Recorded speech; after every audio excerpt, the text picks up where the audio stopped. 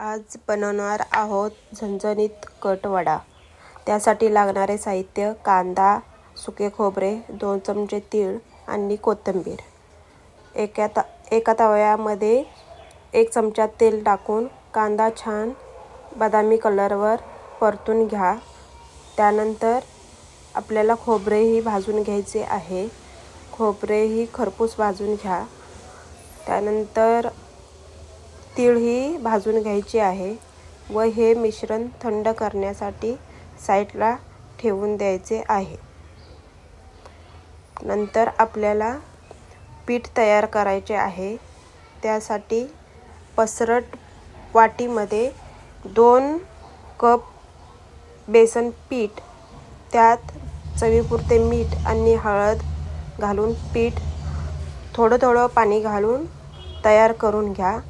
आपल्याला पीठ जास्त पातळ नाही किंवा जास्त घट्ट नाही, मीडियम पद्धतीने करायचे आहे। नंतर आपल्याला सोडा टाकून थोडं हलवून साईडला 10 मिनिटं ठेवायचं आहे। भाजीसाठी आपल्याला 5 ते 6 लसूण पाकळ्या आणि 4 ते 5 मिरची याचं वाटण करून घ्यायचं आहे। मी 4 बटाटे उकडून घेतलेले होते, ते मॅश करायचे आहेत। नंतर आपल्याला एका कढईमध्ये तेल टाकून जिरं, मोहरी आणि तो ठेचा बनवलेल्याचं मिश्रण ते टाकून त्यानंतर आपल्याला बटाटा टाकून छान परतून घ्यायचं आहे। त्यात नंतर आपल्याला कोथिंबीर टाकायची आहे। मिश्रण परतून घ्यायचं आहे आणि थंड करण्यासाठी साईडला ठेवून द्यायचं आहे।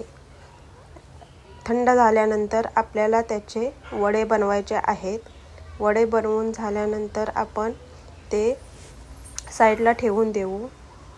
जो वाटणाचा मसाला आपण भाजून ठेवला होता, ते वाटण आपले तयार आहे आणि आपल्याला एका कढईमध्ये 4 ते 5 चमचे तेल टाकून त्यात तो मसाला परतून घ्यायचा आहे।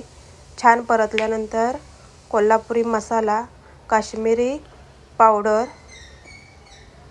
आणि हळद टाकून छान परतून घ्यायचं आहे तेल सुटेपर्यंत। नंतर आपल्याला त्यात गरम पाणीच वापरायचं आहे, कारण का गरम पाणी वापरल्यावर चव आणि कट हे दोन्हीही छान तयार होतात। त्याच्यामुळे आपल्याला गरम पाणीच टाकायचे आहे आणि ते साईडला ठेवून द्यायचे आहे। चला तर मग आपण वडे तळून घेऊया। वडे तळताना आपल्याला तेल गरम करून पहिले घ्यायचे आहे कडक, नंतर आपल्याला वडे सोडायचे आहेत। वडे दोन्ही बाजूने आलटून पलटून छान क्रिस्पी होईस तोपर्यंत भाजून घ्यायचे आहे।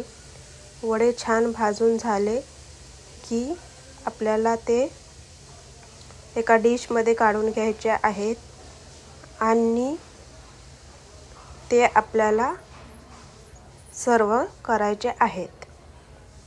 त्यासाठी आपण एका प्लेटमध्ये जो कट तयार केलेला आहे, तो कट एका प्लेटमध्ये घेऊन त्यामध्ये वडा ठेवून कोथिंबीर, थोडंसं फरसाण, कांदा, लिंबू आणि ब्रेड